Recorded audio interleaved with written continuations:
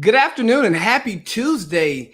And I'm back to do a podcast. We're going a little bit earlier than usual today.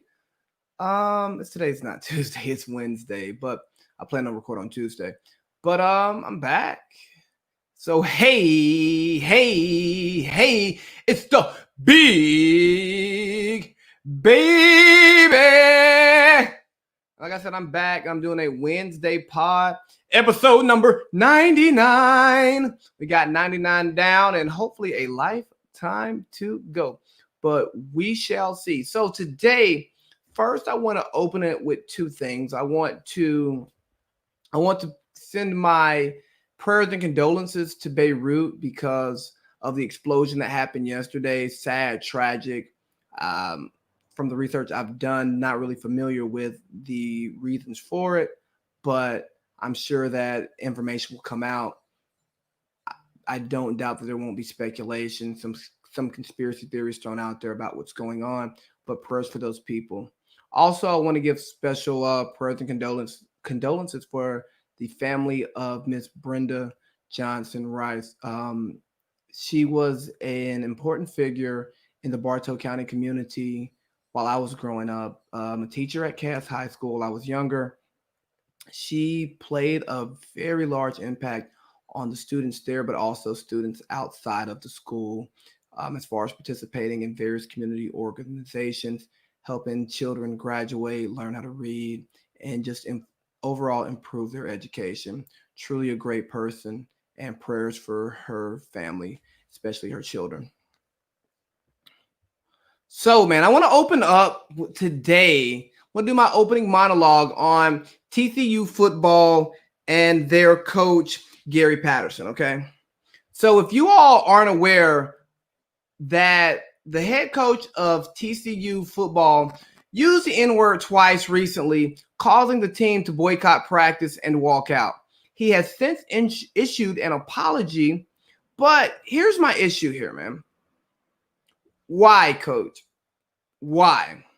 I understand that you are correcting a player for using a word that you may not want to be used in your program. You are well within your rights to do that. But you have to understand the temperature of the room. For one, as a white man, you should just not utter the N word, whether it's in hard ER or with an A, even if you are repeating something that someone said. And for that, as the leader of that program, I personally think that he should be fired. At the least, he should receive a heavy fines and a suspension. But here's why. As a college football coach, you walk into kids' living rooms to tell their parents that, hey, I'm taking your young man with me to help him become a better man, a better member of society. I'm not only going to raise him or help raise him from a young man into a man, a teenager into a young man, but I'm also going to give him the best opportunity to play football and better his life. So in that role as a mentor, certain mistakes are not okay. Oftentimes we look at players who look at their coaches as father figures for them, whether or not they have a father. And again, people can make mistakes and people can learn from their mistakes, but as the leader of this program, that's not a mistake that is okay. And it speaks to a certain white privilege that we're often talking about, something that we often complain about, because the privilege, the audacity for the coach to repeat the word once to the player, then again repeat the word to the entire team is a problem. Because it's not that you don't know that you can't say it, because it's obvious that he knows that he's not supposed to be using the N word. But the fact that he knew he shouldn't use it and he felt that it was okay to do it is my problem. And as a parent, I don't want you coming into my living room speaking to my child about how, oh yes, I'm going to help you become a man. I'm here for you. No, no, no. I do not believe that.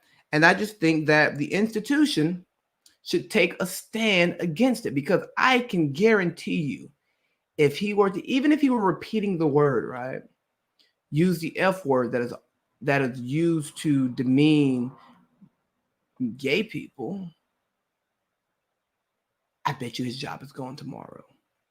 And it takes me back to ensuring that we are as equally outraged by bigoted behavior on various different levels. Like, it should be just as wrong to display bigoted behavior, racist behavior, even if it's repeating racist rhetoric, as it is to do the same for homophobic behavior. And again, not to cause comparisons between the two groups of people, but the importance is understanding that we have to fight this hate. You know, we have to fight this hate. And it's oftentimes feel like there's a certain level of palatability with certain behaviors that we allow. And I just don't think this is allowable behavior. And I think that TCU has a great opportunity to make a stand against this, to set a new precedent that, hey, coach, you have to know better. But, you know, it is what it is. So the topic of this podcast is everything isn't political and everything crazy isn't a conspiracy. Now, the odd thing about this is we're going to be heavy into politics today. Why? Because I just found a few political things that came across my research this week, and I'd really like to talk about them. But I say this to say that, man, especially with this COVID thing, we have just seen the politicization. I can't say that word. They're trying to make everything political, right? You think about a global pandemic. Why are politics so interwoven into this? Do I think that politics deserve a place here? Absolutely. I think that our politicians should create policies that allow for the best treatment of this outbreak that we're dealing with. But those policies should come from the information that is given to us by medical providers, by medical researchers, okay? And again, I'm not saying which one is right or wrong. The one thing I'm big on, hey, make sure you're taking care of yourself. You're getting vitamin D, you're working out, you're boosting your immune system so that it fights this virus better. Hey, they say that, wearing a mask helps prevent the spread of it. So out of respect for other people, just throw on a mask, okay? And I just don't understand why we have a CDC, why we have people like Dr. Fauci to give out information if we're not going to follow it. And again, I'm not hanging my hat on everything that they say because people make mistakes. We can look at something, the same thing, and see something totally different. So we need different professionals, epidemiologists, doctors, medical researchers to figure out what works best. But what we don't need to make this is a left versus right thing, a blue versus red thing, an elephant versus donkey thing. Because guess what? All we want to do is get our lives back to normal. So we should listen to those people who have the best knowledge on these topics. And I throw in the conspiracy piece because a lot of people are trying to make COVID out to be a conspiracy. And it's real. It's affecting people that I know personally. People that I know personally have lost their lives from this thing. So to act like it's nothing is insane. It is wrong. And if there is a source that is giving you this type of information, you should immediately cut them off. Now, do I agree with the elitist treatment of how we are handling this? No. The way that unemployment is skyrocketing? No. The amount of people who are being evicted, do I agree with that? Absolutely not. Do I see the rich getting richer and the poor getting poorer? Absolutely. I see all of those things. So again, this should not be a left versus right, okay? It's not a conspiracy. It is a real thing, but those individuals who are charged to take care of their people should bring their perspectives to the table to create policies, to create actions that are actually best for the people and that does not promote their personal political agenda. We don't have to politicize everything.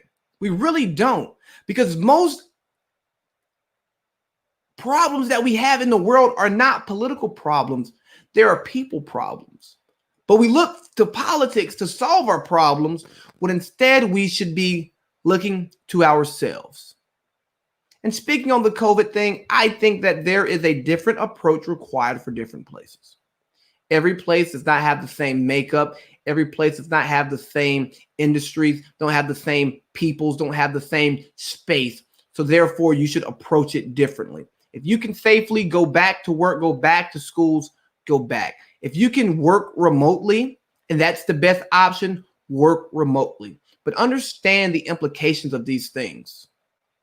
And for leaders of organizations, businesses, companies, make sure you are being well read on what's coming from professionals and not from your favorite politician or your favorite news network. Because a lot of these shows on these news networks that we watch, they're not even news shows.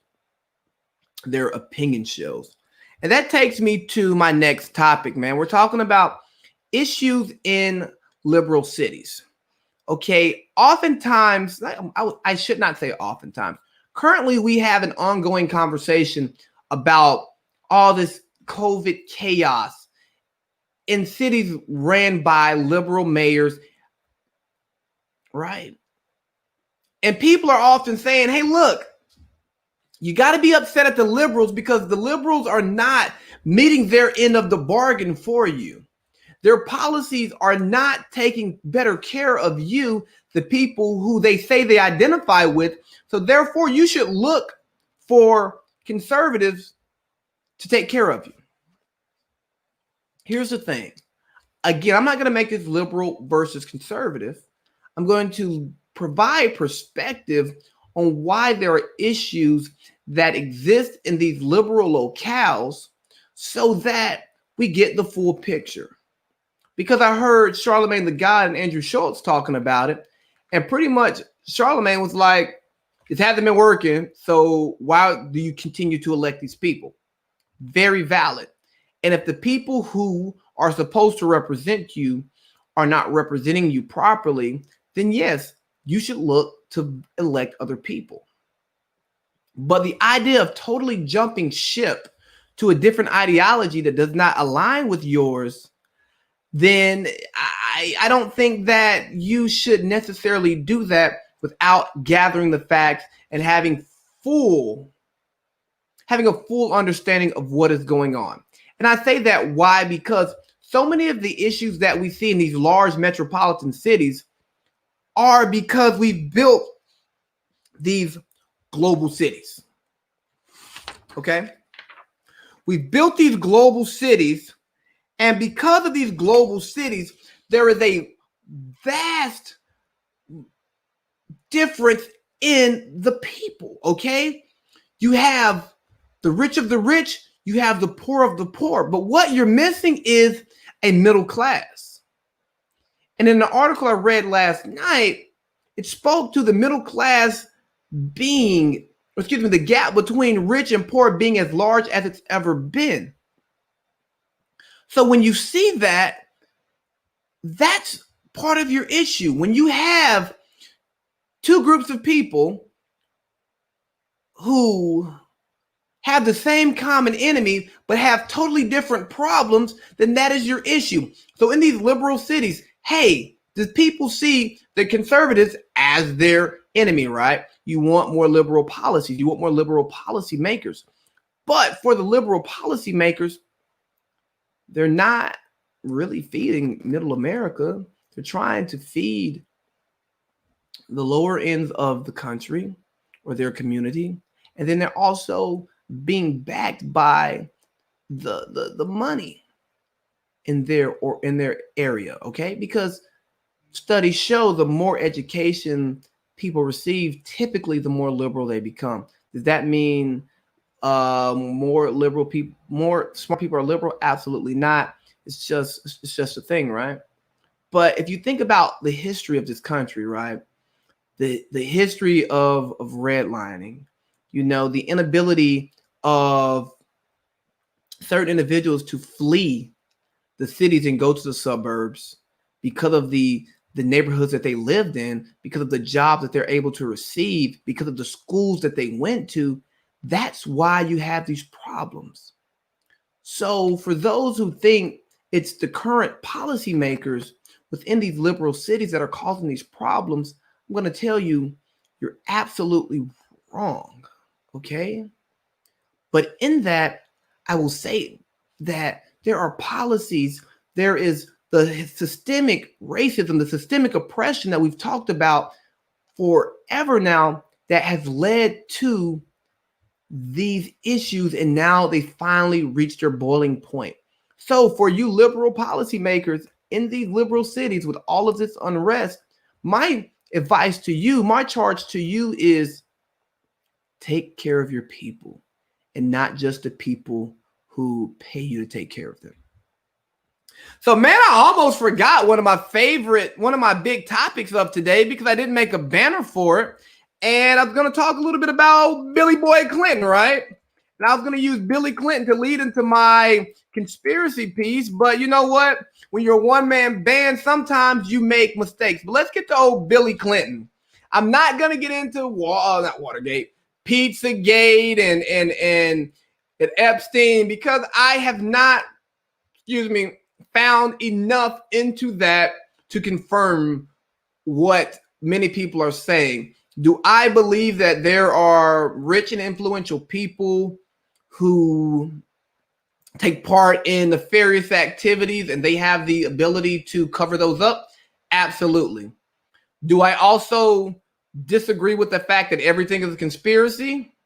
No, who knows? Because here's the one thing about conspiracies. You need people to keep their mouths shut. And for so many of these things that y'all want to call conspiracy theories, do you know how many people have to keep their mouths shut? Here's the thing for you. Go tell one of your best friends a secret. See how long that secret is a secret. And these are people close to you. So imagine with some of these top secret things that we talk about, these things that could really, really put people in a bind. What is it that keeps those who know but aren't involved quiet? What keeps them from slipping up and telling somebody after a night of too many drinks? What? If you have the answer, please let me know. I just want to know how you can keep so many people quiet about so many different things for you conspiracy theorists out there. Again, do I believe that everything that's given to us is what it is? No. Do I believe that mainstream media gets to dictate what we think is important? Absolutely. And do I have a total distrust for the mainstream media? Yes, I do. But it's easy to create a conspiracy theory, but it's damn hard to prove one. But back to old Billy Boy Clinton, all right? Let me get back to Clinton. So, rest in peace to John Lewis, very influential freedom fighter here in America. And last week was his funeral. It's a shame that some people did not pay their respects to a great American hero, but it happens. Hashtag This Is America. But Bill Clinton had the opportunity to eulogize John Lewis and is getting killed for his Stokely Carmichael comments. And here's the quote that I want to speak on. In reference to the leadership of SNCC, the Student Nonviolent Coordinating Committee. And I'd say there were 2 or 3 years there where the movement went a little too far Stokely, but in the end, John Lewis prevailed.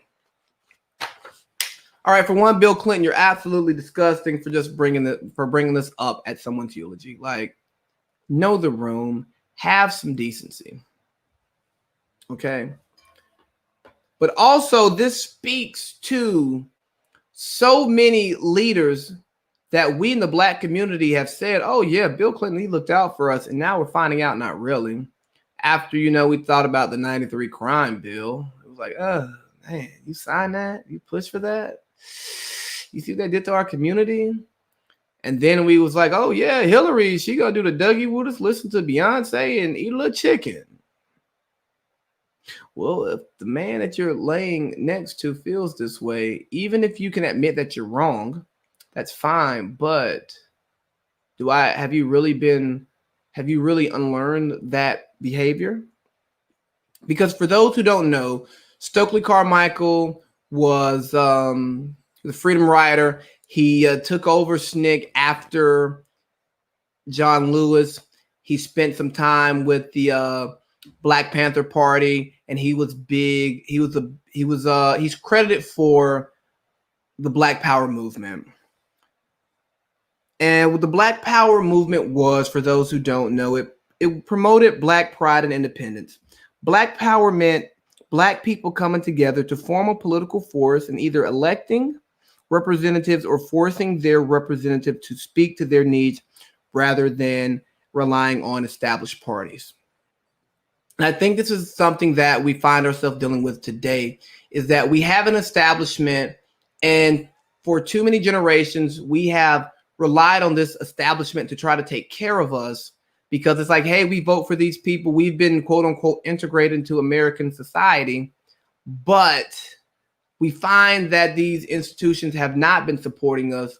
They have been misleading us into their support by pandering to our needs or our wants. They give us things in our eye, but then we walk away with no deliverables, no tangibles.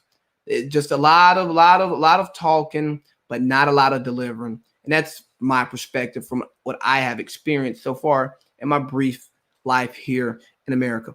And again, I am not someone who is anti-America. Let's leave and go elsewhere. Not me personally, but I do not knock anyone who wants to do that, because I've spoken multiple times about this being a multi-front war, and we need soldiers fighting on different fronts. So yes, the idea of Pan-Africanism, which is the principle of advocacy of the political union of all indigenous inhabitants of Africa, and Black power, us as a people uniting and to take over our influence, to use our influence to drive the policies that we need, and not to join the establishment so that our wants, our desires, our needs get watered down along with other people's. Again, this is not a movement against other people and against their priorities, but it is, hey, this is a priority for me and my people, and I want to take the best steps to ensure that this is properly received by those who are making the decisions. And if it's not, we need to replace those decision makers, even if we become our own party and we decide to have our own decision makers. Okay.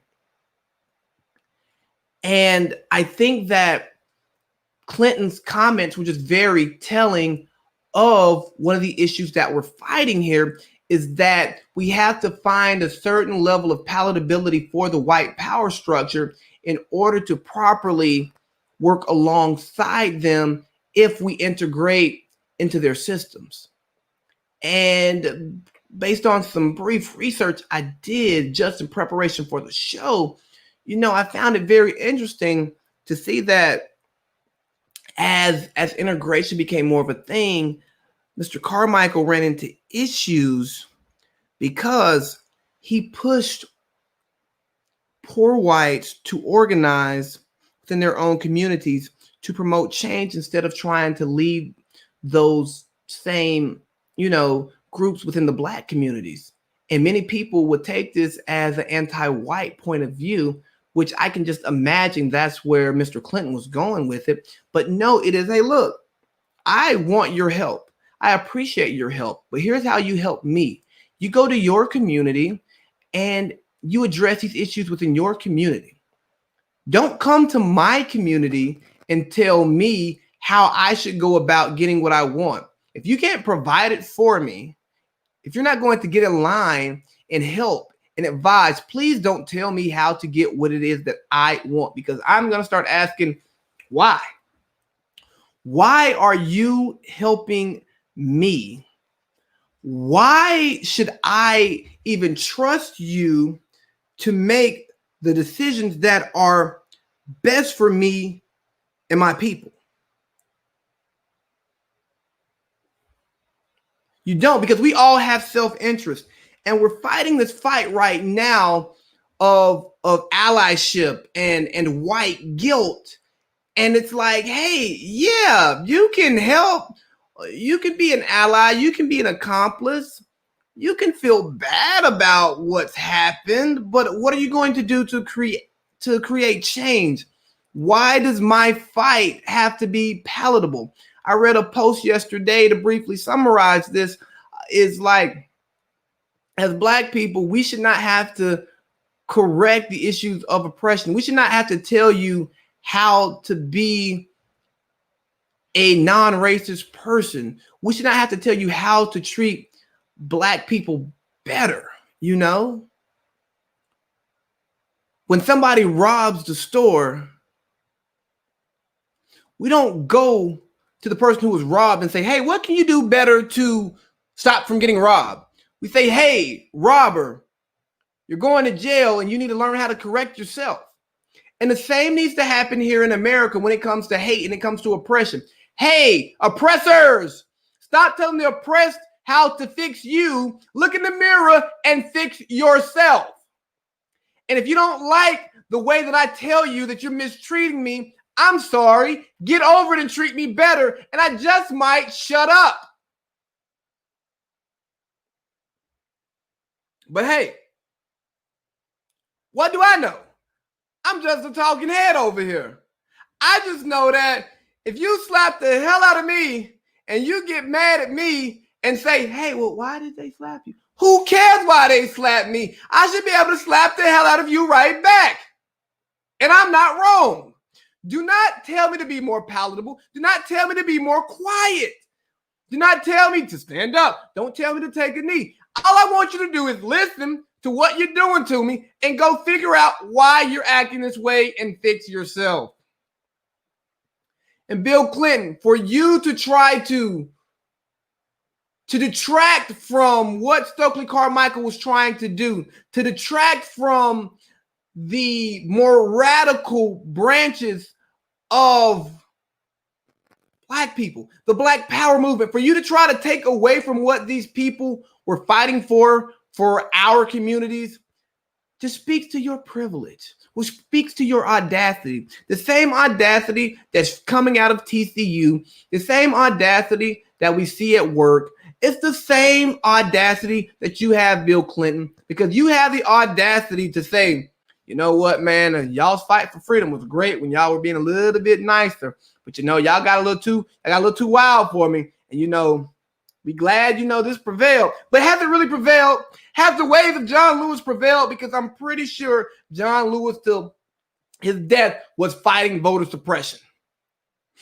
I'm pretty sure to his death, he was fighting against oppression within the United States. And guess what? It still exists. So did the way of Lewis prevail? And if it did, it's not prevailing. But again, what do I know? So transitioning into some more political talk, man, Joe Biden is looking for a running mate, is what they tell me. And I saw a little clip where Angela Rye, woke ass Angela Rye, and the Breakfast Club, a place that you should never, ever go for your politics. Let me tell you, just don't go there. We're talking about Joe Biden choosing his running mate. And she said Joe Biden must pick a Black woman for his running mate. All right, Black women, hear me out now. No, he shouldn't. He should not pick a Black woman for his running mate because he owes it to them. And that was the sentiment of the conversation, that because Black women help him get the primary, then he should return that favor. No, he shouldn't. Joe Biden should pick the most competent, capable, and electable VP candidate that he can find, okay?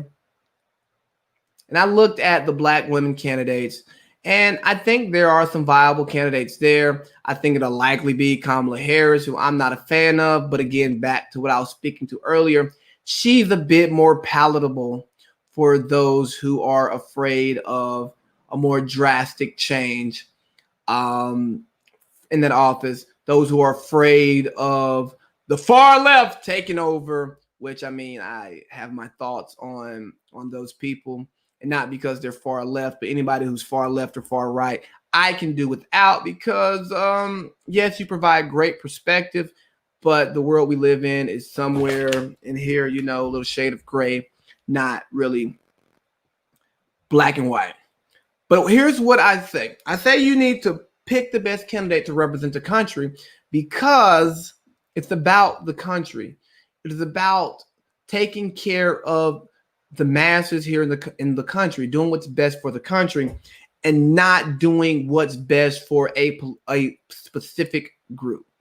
Did black women play a big role in getting him elected? Sure. Yes. Look at the poll. Look at the numbers. But here's another thing.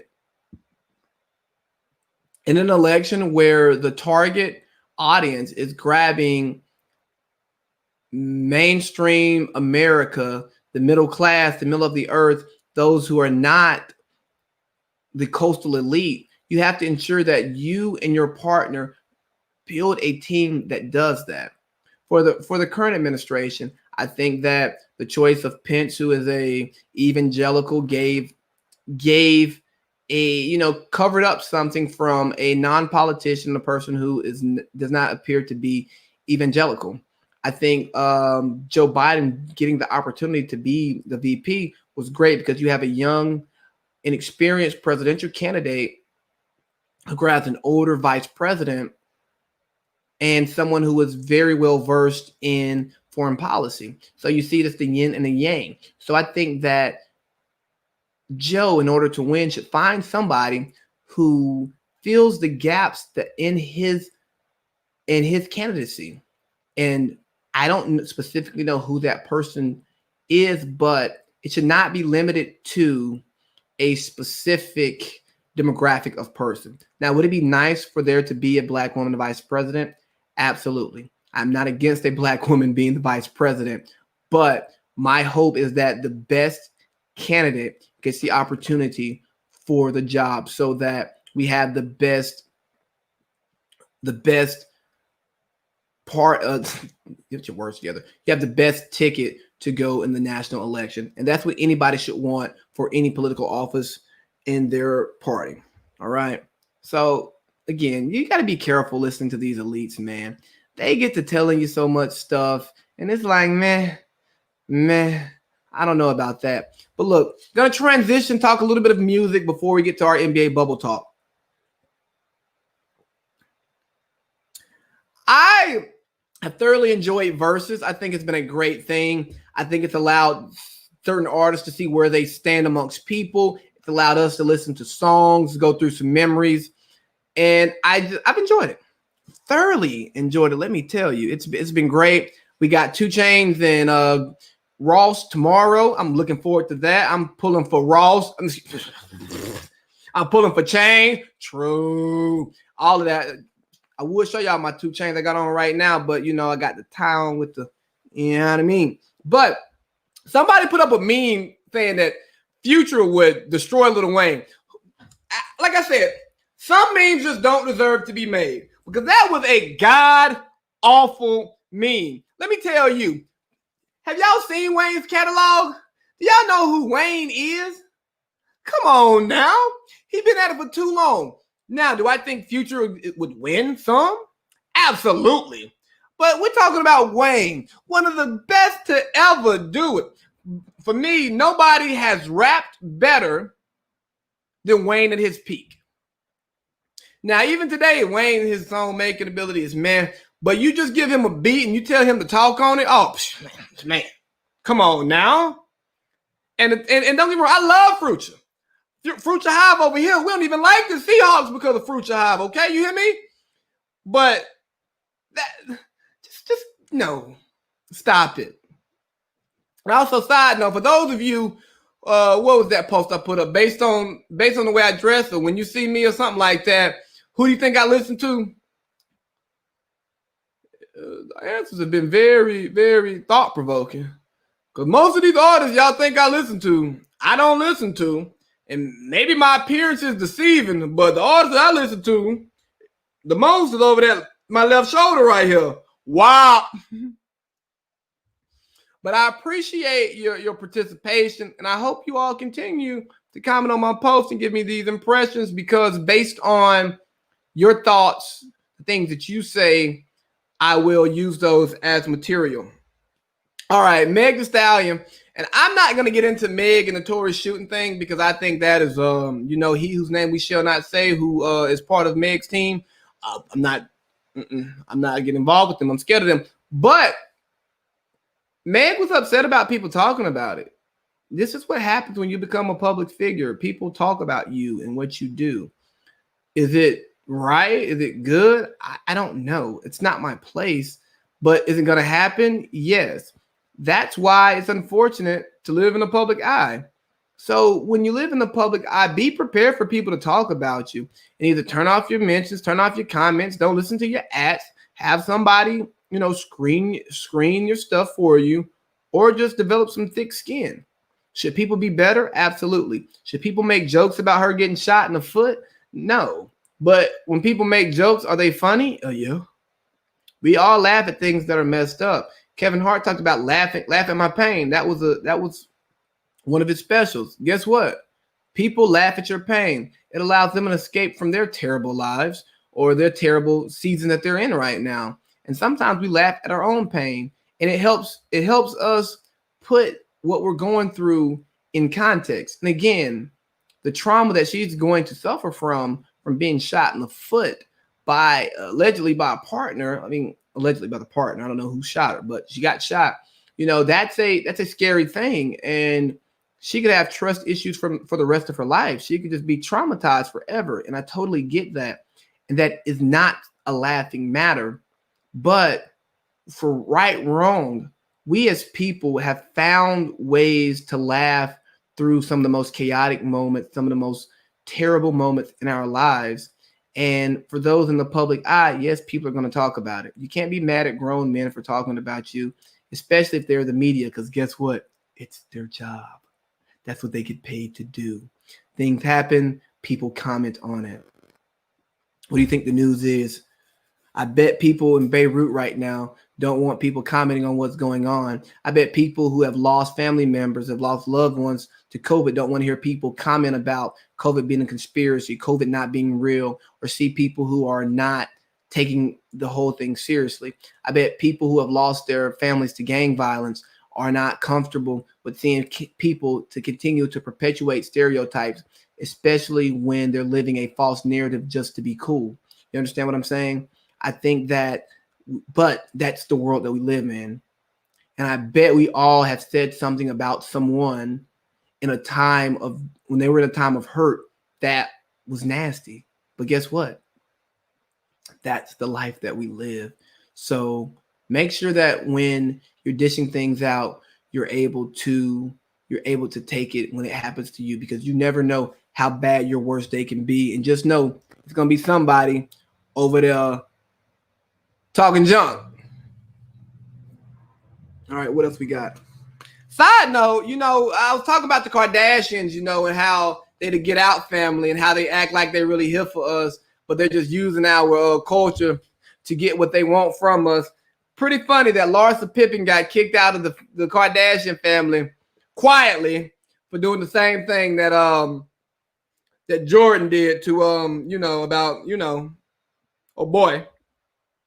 But they didn't say much about it. Told y'all they ain't riding for us, man. That's just nonsense. Man, let's get to this bubble NBA.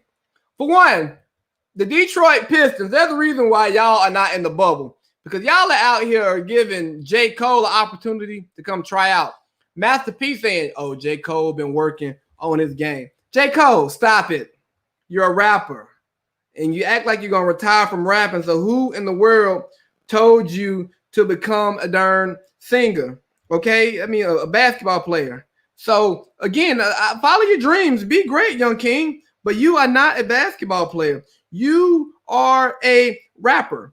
And the fact that he's getting the opportunity to try out just speaks to the crazy elitism in the world that we live in. Will he sell jerseys? Sure. But is he good enough to fill the roster? No. When's the last time J. Cole played competitive basketball? High school?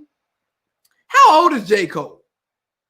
How old is he? Like, come on now. Is Puma just trying to sell their shoes? This man is 35 years old. We saying LeBron is too old to be great, but J. Cole is young enough to start in the league. Oh, yeah, he can go be the 15th man on the end of the bench in a suit and shoes. I can do that. I'll take less, man. You give me 100,000, travel the team, little per diem, cover my expenses. Man, what? You want me to sit on the bench and crack jokes and be iced out? No stylist. I'm there. But, man, get out of here with this J. Cole nonsense. All right, but to real basketball thoughts. Zion is on a minutes restriction, and I think this is absolutely terrible. Like, let this man grow up. Let this man, like, he showed up out of shape. Well, he can't get in shape if he's not playing basketball. Y'all trying to ordain him the next face of the league, but you can't be the face of the league if you don't play. You don't play a full game. I mean, my God, we done gave the Pelicans as many primetime games as we could, and he done missed them. We gave him 15 minutes to open up the bubble. In crunch time, he couldn't come in and play because he only played 15 minutes. Oh, he's big. He's swole. Okay. He's fat and 300 pounds. Let the man play. If he gets hurt, I hate it for him. But eventually, you got to roll him out there. NBA, I know you want the Pelicans in the playoffs. That's why you gave him that soft schedule. I know you want Zion on TV. LeBron versus Zion. Old versus new. The future versus the present / the past. I know that's what you want for your ratings, but understand, man, the man got to play. We just ordained him. Oh, he was so great. He had 21 points in 25 minutes. Or 23 points in 25 minutes. He took 21 shots. I hope he got 21 points, 23 points in 21 shots. That ain't good. That's not efficient. And he don't play defense no more. Not the defense is a big thing in the NBA because Harden ain't played a lick of it. But Jesus Christ, speaking of Harden, y'all see what the Rockets did to Giannis and them Sunday? Here's my breakdown on Giannis and them. I'm not going to call Giannis Antetokounmpo, Giannis Antetokounmpo, whatever, Greek freak. I'm not going to call him empty calories, but he's darn near close to him. He gets you good numbers. He gets you a 1 seed. But what do you get? What do you get at the end of the day? Nothing. He's a front runner. Oh, yeah, they can beat you by 10. They can beat you by 15. But can they beat you by 2 or 3? No. Because guess what happened when they went down 3 on Sunday? Who was not getting the ball? Giannis. Why not? He can't shoot. When you can't shoot, you can't be the next best thing. Sure, he's the MVP because they carefully crafted a team around his talents. But guess what? Do you want your role players taking the last shot? I don't. Do you trust Chris Middleton down the stretch? I don't. Do you trust Giannis down the stretch? I don't. So all these Greek freak lovers, man. What it is? The Greek freak is the Greek god Poseidon. You put him in the water, you can't beat him. But who wants to be the king of the water? I don't care if water takes up 70% of the earth. All the stuff that happens is on land. And guess who is the king of the land? Zeus, Almighty. Braun. You hear me? Braun. So, Giannis, empty calories. Tell me about Jimmy Butler. All y'all said Jimmy Butler was crazy and dysfunctional. Y'all about to eat some crow. And guess what? The grease is hot. Because right now I'm wrestling between the Celtics, the Raptors, and the Heat as my Eastern Conference representative. Yeah, The Heat. Here's why I love the Heat. Because for one, Giannis is empty calories. Can't trust him. But they got Jimmy Butler, man. Jimmy Butler is a dog. He's a winner. And he don't take no. I'm going to get to dogs in a minute, too. Because look at it. Jimmy was right about Chicago when he pushed his way up out of there. Ain't been nothing since. He was right about Minnesota. Oh, Jimmy came in here dysfunctional. Didn't want to practice. He shows up with the media, and he plays against the starters with the third string, and he beats them. And what have they done since he left? Underperformed. They done traded Andrew Wiggins for D'Lo. Guess what they gonna do? Pick and roll and lose. And then, how can he walk away from that great Philadelphia roster? Look at him. Joel Embiid, Ben Simmons, Tobias Harris. I would walk away from them too. Look at them. They can't win on the road. They have no team unity. Ben and Joel don't get along. Joel about to fight Shake Milton, talking about, I'm going to slap the shit out of you. Slap the shit out of who? Come on now. Jimmy seen all of that. You got Ben going to a psychologist to learn how to shoot because he's scared to shoot because he might miss. Jimmy ain't got time for that, but Jimmy gonna get the laugh last here. Y'all gonna be eating crow after y'all see what he's done in Miami. Just look at it, and don't let them make a big play in free agency. Don't let that empty calorie Greek freak come down there. And you put him and Jimmy Butler together. You got Jimmy Butler to go in there and close that game. It's gonna be Miami Nights all over again. The Clippers, man. The Clippers are the 2018 Warriors without the titles. Everybody saying, oh, yeah, they don't care about the regular season. Oh, they're going to mail it in. They're going to mail it in. Okay. You mail in too many games, you're going to mail in the playoffs because you ain't going to have no more stamps. Ain't going to be no stamps left. You ain't going to be able to mail nothing. You ain't going to get no ring because you ain't got no chemistry. You ain't played together. You hear what I'm saying? If you don't build that chemistry, if you don't build those calluses, from doing things over and over again, you're not going to be ready for when it happens. And for that team, they have so many dynamic scorers, so many good players who don't play together. You get nothing when it's time for crunch time. I can understand people being hard on the Lakers and their flawed roster, but at least they play. And they play together, and they clinch the 1 seed. And they built chemistry, and they know what they're going to do down the stretch or in this situation. Why? Because their best players are playing. And for the Warriors, not the Warriors, the Clippers to act like they've accomplished something, man, Kawhi is the only real champion on the roster. Doc Rivers, yeah, he's a championship coach. He's a great coach, but it's not like they're bringing it back and they know what to do in these different situations. They don't. It's their first year, and this I don't know, this whatever it is they're doing, I don't like it, and I think it's going to play out in the end that they will not win an NBA championship. So, force symbolism. I think force symbolism is one of the big things that's going on down in the bubble. You have players having the different slogans on the back of their shirts. Me personally, I would have education reform because I think that we can fix all of these problems or start the fix of these problems through the proper education of our people. But the problem is our education system is so wrong. The history that we teach is just god awful. If you just want a quick class on it, watch John Oliver's most recent YouTube post Friday or from Sunday. It'll let you know like just how bad certain things are. Like talking about people hired slaves to do chores. What chores? Then hire them. It was their job.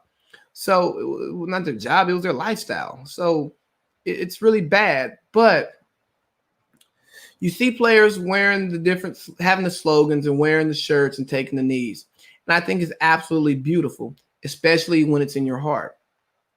And for the players who choose not to wear Black Lives Matter shirts, who choose not to take a knee, I'm okay with that too. And I just hope that you can articulate your reasons why to your teammates. You can articulate your reasons why to the media. And that's fine because I do think that some of it's forced. People don't want to be the one who's out. There's this thing called groupthink. That's a real thing. And you don't want to be just the odd man out. So you don't want people to think that you are a racist if you don't stand up. And in basketball, so many black players on the team, you don't want to be exiled from your teammates. But that takes me into Jonathan Isaac, a guy who pretty much, he pulled the All Lives Matter card. And as a black man, it's somewhat alarming because, I saw nobody responds to Blue Lives Matter with All Lives Matter. And for him, he pulled his religion into his reasons why. And I agree with him saying that wearing a shirt or taking a knee does not mean that you don't stand for Black lives. But here's my thing. Why is it that we are so quick to call on, I do not stand for this for my religious reasons because God, and look here. We can use the Bible to defend anything that we want to do. I can say, hey, David was one of the man after God's own heart, right? Ain't that what we say? Does that allow me to commit adultery? Get somebody killed so I can take their wife? If look at the Bible, look at his son Solomon. They say one of the smartest men in the land. He had many wives. So does that give me a reason to say that I'm a polygamist? Is that okay? I can defend that there, right? There was slavery in the Bible. And there's different language in the Bible. You can find the specifics that, again, you can use that to defend anything, especially if you're looking at the Old Testament. So I find it odd that we just can't take, just the bigger picture of the Bible. Do unto others as you have them do unto you. Living like Jesus, taking care of those who can't take care of themselves, helping out the poor, being in the streets, being a good Samaritan. You remember the Levite and the priest left the dude laying down there, right? He was just laying down there, hurt. He couldn't go nowhere. And then the man, the Samaritan, the person who the Jews weren't supposed to even look at and talk to, again, there goes some racism right there that you can support through the Bible. He ends up helping a person out. Why can't we just do that? Why can't we help people out? How do we use the name of Jesus, Christ, and God to promote hate and division? I don't understand it personally. I do not get how your defense against something, but my religion just says this is, what is your religion teaching you? It obviously does not appear to be teaching you to love others. And I think our purpose here in life is to love others as we love ourselves, right? And if you follow the golden rule, bada boom. Now, another player who stood, Myers Leonard, he spoke about his patriotism and military ties as to why he would not take a knee. So let's define patriotism. Patriotism is the quality of being patriotic, devotion to, and vigorous support for one's country. I really hate this when they say, so you can be a patriot and still support the fight against oppression for Black people, or Black Lives Matter as it's said. But again, Black Lives Matter is an organization, not necessarily like the whole thing, right? If you love your country, why would you not fight for the ending of oppression of people within your country? I don't understand how being a patriot is exclusive from the fight against oppression, because it shouldn't be. It shouldn't even be a talking point, if you ask me. But again, what do I know? I just think that it's absolutely crazy that we bring this in, because when we bring it in, we know that patriot is a trigger word for loving of country, loving of America, right? Because when you think of the patriots, you think of those who fought in the revolution. Oh my God, did patriots fight against the system that oppressed them in order to get a better life? Is that what the patriots did? That's what my history book tells me. Now, my history books have been wrong about a lot of stuff. Now, but I'm pretty sure that's fairly accurate. The Patriots fought against the red coats because they were tired of being oppressed. So how is it that now you being a patriot goes against, you fighting against the oppression? It's okay to fight when you need to fight, but it's not okay to fight if I need to fight. Got it. Hypocrisy. All men are created equal, they say. What are men? What is equal? What is all? I don't know. I just don't understand why we bring the military into this. I don't understand why we bring patriots into this. I just don't understand it. And again, you demonstrating there in front of everybody is cool. Breadcrumbs, cracker crumbs, as I call it. I don't want your cracker crumbs. I can't get full off of them. Shout out to Myers Leonard though, because he did donate money to helping felons get their fines paid so that they could get their right to vote. And this is not an attack against Myers Leonard by no means. It's not. It is just an attack on the belief that patriotism is exclusive from fighting oppression, that your respect for the military does not allow you to demonstrate against the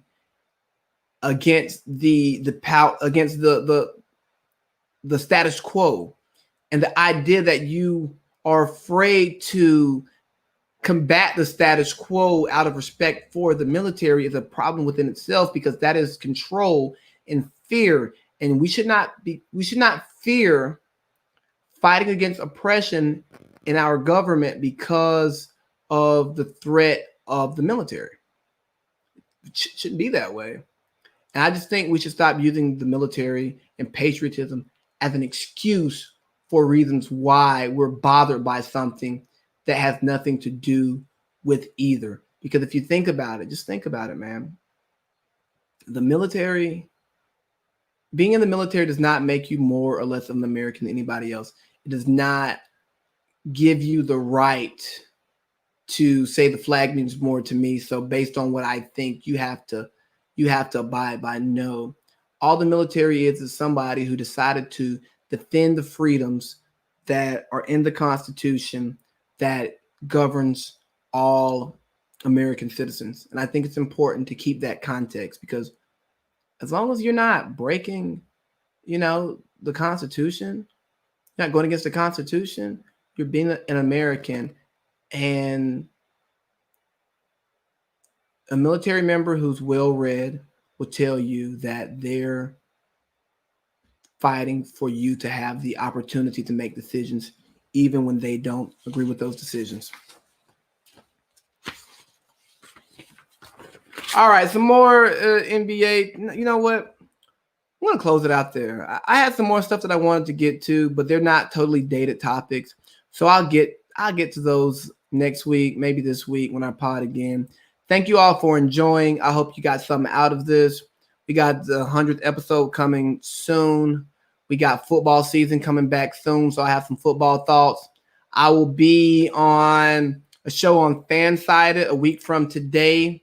I'll make sure to get that link out to you all. I'll be debating sports with my good friend Sean, who I was on the Catch Up with. It's going to be a nice reunion for the both of us. And hey, Big Baby Hat!